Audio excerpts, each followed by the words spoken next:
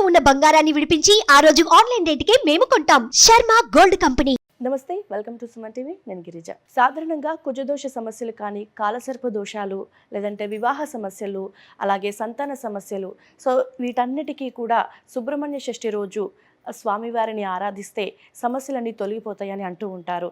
So ఆ రోజు సుబ్రహ్మణ్య షష్ఠి రోజు స్వామివారిని ఏ విధంగా ఆరాధించాలి, సో పూజా విధానాన్ని ఏ విధంగా ప్రారంభించాలి, ఎలాంటి పరిహారాలు చేసుకుంటే మనకి సమస్యలన్నీ తీరుతాయి అనే విషయాలను తెలియజేయడానికి ఇవాళ మనతో పాటు ప్రముఖ జ్యోతిష్య పండితులు బ్రహ్మశ్రీ నందిభట్ల శ్రీహరి శర్మ గురువు గారు ఉన్నారు. వారితో మాట్లాడే ప్రయత్నం చేద్దాం. గురువుగారు నమస్కారం. వాగర్థ వివ సంపృక్తౌ వాగర్థ ప్రతిపత్తయే జగదః పితరౌ వందే పార్వతీ పరమేశ్వరౌ సదాశివసమారంభాం శంకరాచార్య మధ్యమాం అస్మదాచార్య పర్యంతం వందే గురు పరంపరాం. ఆదిత్యాయ చ సోమాయ మంగళాయ బుధాయ చ గురుశుక్ర శనిభ్యశ్చ రాహవే కేతవే నమః. శృంగేరి జగద్గురు పీఠాధిపతులకి, కంచి పీఠాధిపతులకి నమస్కారములు తెలియజేసుకుంటూ కార్యక్రమాన్ని ప్రారంభిద్దాం. గురువుగారు, మామూలుగా కాలసర్ప దోషం, లేదంటే కుజదోషం, సంతాన సమస్య ఇవన్నీ ఉంటాయని బాధపడుతూ ఉంటారు చాలామంది. సో సుబ్రహ్మణ్య షష్ఠి రోజు సుబ్రహ్మణ్య స్వామిని ఆరాధిస్తే ఈ సమస్యల నుంచి బయటపడే అవకాశం ఉంటుంది అని అంటూ ఉంటారు కదా. సో ఆ రోజు సుబ్రహ్మణ్య స్వామి కృపకి పాత్రలు అయ్యేందుకు అంటే ఎలాంటి పరిహారాలు చేసుకుంటే ఈ సమస్యల నుండి బయటపడే అవకాశం ఉందంటారు గురువుగారు? సుబ్రహ్మణ్య స్వామి యొక్క ఆరాధన ఫలితం వల్ల మానవులకి కలగనటువంటి యోగం అంటూ ఏది లేదు. వాస్తవాన్ని గమనించుకున్నట్లయితే ప్రధానంగా నవగ్రహాల్లో కుజుడు సుబ్రహ్మణ్య స్వామి అంశే. కుజుడు ఈజ్ నథింగ్ బట్ సుబ్రహ్మణ్య స్వామి. కాబట్టి ఈ యొక్క జ్ఞానాన్ని పొందడం కోసం జన్మించినటువంటి వ్యక్తి ఈ సుబ్రహ్మణ్య స్వామి. సాక్షాత్తు పార్వతీ పరమేశ్వరుల సంతానము, ప్రత్యక్ష సంతానముగా చెప్పబడి ఉంది. కాబట్టి ఈ యొక్క సుబ్రహ్మణ్య స్వామి దేవతలకి సేనాధిపతి.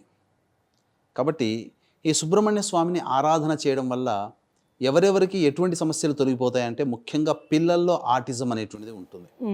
ఆ ఆటిజం దోషం తొలగిపోవాలి అన్నప్పుడు సుబ్రహ్మణ్య స్వామిని ఏ విధంగా ఆరాధన చేయాలో చెప్పుకుందాం.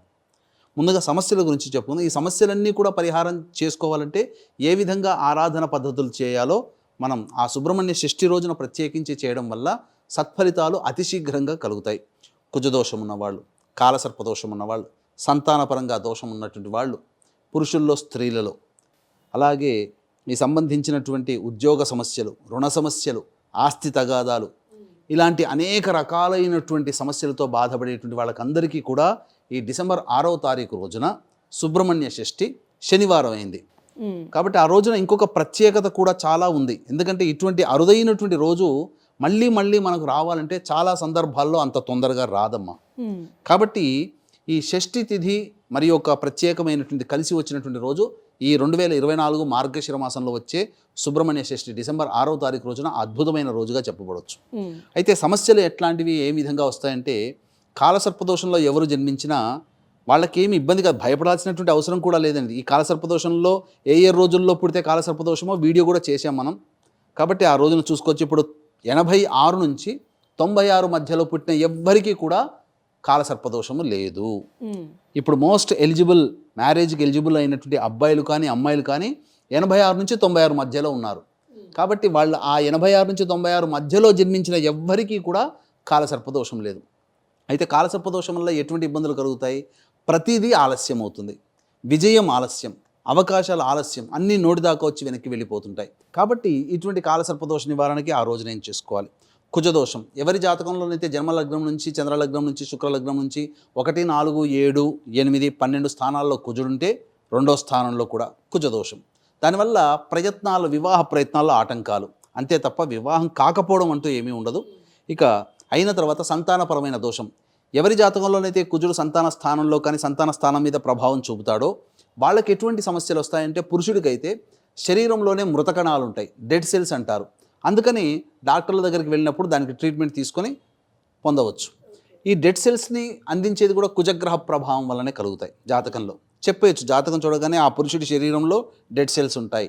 ఇక స్త్రీ సంబంధించినటువంటి దాంట్లో అండం ఉత్పత్తి కాకపోవడం కానీ, వంధ్యాపరమైన దోషాలు కానీ, మిస్క్యారీస్ అవుతుంటాయి. అండం అనగా గర్భధారణ జరుగుతుంది కానీ గర్భము స్థిరీకరించబడదు. తొందరగా 2-3 నెలలకే ఈ యొక్క మిస్క్యారీస్ అవుతుంటాయి. దీన్ని కాకవంధ్యా దోషము అని అంటారు. ఇక జాతకంలో ఈ యొక్క కుజుడు కనుక బలహీనంగా ఉన్నాడనుకో ఏమవుతుంది, ప్రతి మనిషి ఇన్ఫీరియారిటీ కాంప్లెక్స్తో బాధపడుతుంటాడు. ఎవరైనా దూరంగా ఉన్నవాళ్ళు నవ్వినా నా గురించే నవ్వుకున్నారేమో, ప్రతి దాన్ని కూడా అవమానంగా తీసుకుంటుంటారు. అటువంటి మనస్తత్వం కుజుడు బలహీనంగా ఉన్నటువంటి జాతకంలో. ఇక రెండో ఇంట్లో ఎవరికైతే కుజుడు ఉంటాడో ఆ కుజుడి ప్రభావం వల్ల ఆ ఇంట్లో నరకం ఆ పిల్లల వల్ల ఆ మనుషుల వల్ల. ఎందుకంటే నోటి నుంచి వచ్చిందల్లా కఠినమైన వాక్కులు ఉంటాయి. మూడో ఇంట్లో కుజుడు బలహీనంగా ఉంటే సోదర సోదరిమణులతో విభేదాలు ఉంటుంటాయి. తెలిసిన వాళ్ళతో స్నేహితులతో ఎవ్వరూ కలవరు.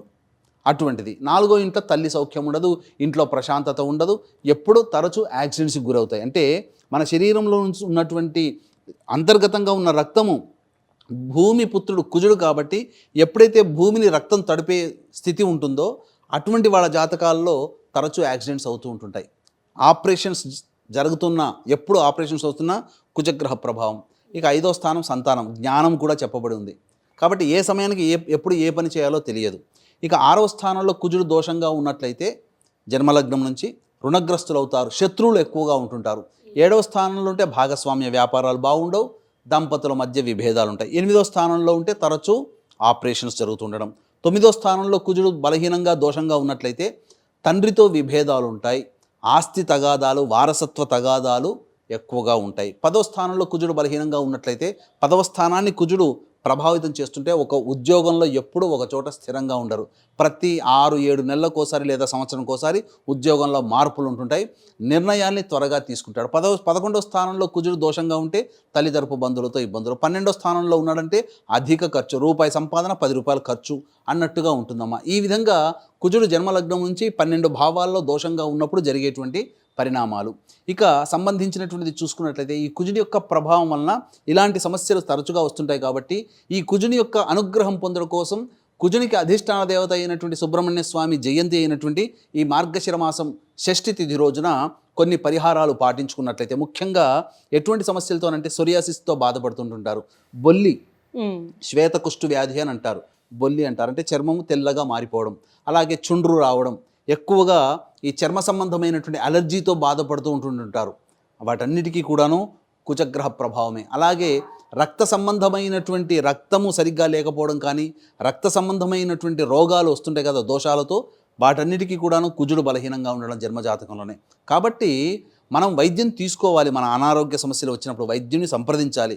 కానీ దీంతోపాటు ఇటువంటి సమస్యలు ఉన్నటువంటి వాళ్ళు, జాతకరీత్యా ఇటువంటి ఇబ్బందులతో బాధపడుతున్నటువంటి వాళ్ళు ఈ సుబ్రహ్మణ్య షష్ఠి రోజున చెప్పబోయేటువంటి పరిహారాన్ని కనుక పాటించినట్లయితే తప్పకుండా వాళ్ళ సమస్య నుంచి బయటపడడానికి ఒక మంచి మార్గం వాళ్ళకి లభిస్తుంది. ఏంటా పరిహారం అనేటువంటిది మనం తెలుసుకునే ముందు వీక్షించేటువంటి ప్రేక్షకులకి గమనిక.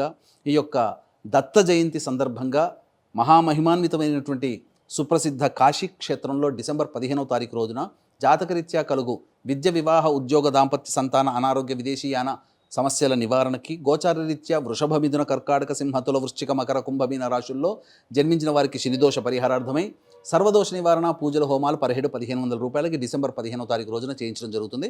అవకాశం ఉన్న వాళ్ళు కార్యక్రమ తదనంతరం కాంటాక్ట్ చేసి పూర్తి వివరాలు తెలుసుకోవచ్చు. ఇక గురువుగారు, సుబ్రహ్మణ్య షష్ఠి శనివారమా ఆదివారమా అంటే ఇందులో సందేహం చాలా మందికి ఉంది. డిసెంబర్ 7వ తారీఖు అమ్మ, 5వ తారీఖు 6వ తారీఖు ఉండాలి అసలు యాక్చువల్గా. ఎందుకంటే 5వ తారీఖు నాడు పంచమి, మధ్యాహ్నం నుంచి షష్ఠి వస్తుంది. కాబట్టి శనివారం సూర్యోదయానికి షష్ఠి తిథి ఉంది కాబట్టి 7వ తారీఖు రోజునే మనం సుబ్రహ్మణ్య షష్ఠి జరుపుకోవాలి.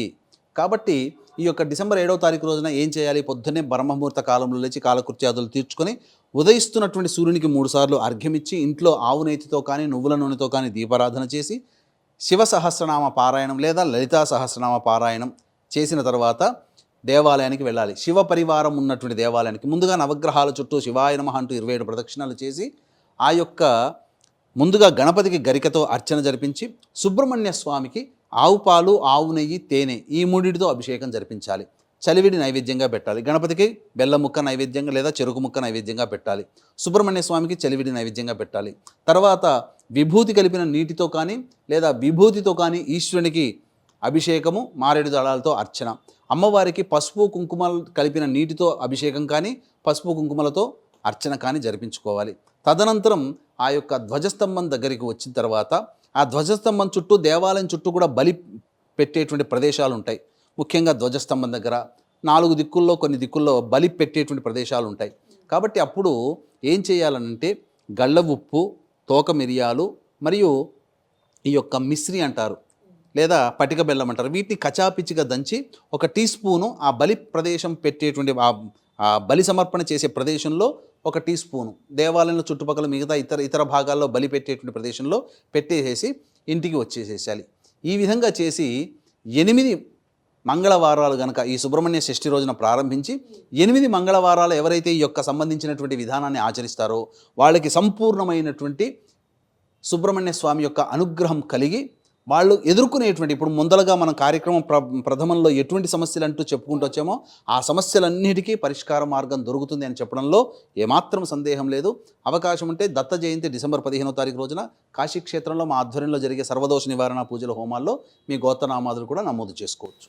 గురుగారు, అంటే షష్ఠి రోజు ఎలాంటి పూజా విధానాన్ని పాటిస్తామో అదే విధంగా మిగతా మంగళవారాలు కూడా చేయాలి అంటే 8 మంగళవారాలు 8 మంగళవారాలు. ఓకే, చాలా చక్కటి పరిహారం గురువుగారు. ఇది చాలా మందికి ఇలాంటి సమస్యలతో బాధపడే వాళ్ళు ఉన్నారు. అయితే వివాహం కానివ్వండి, సంతానం కానివ్వండి, కాలసర్ప దోషం ముఖ్యంగా. సో ఇలాంటి వాళ్ళందరికీ కూడా సుబ్రహ్మణ్య షష్ఠి రోజు ఆ పూజా విధానాన్ని, చేయాల్సిన పరిహారాన్ని చాలా చక్కగా తెలియజేశారు గురువారు. ధన్యవాదాలు. సర్వం శ్రీ ఉమామహేశ్వర పరబ్రహ్మార్పణమస్తు.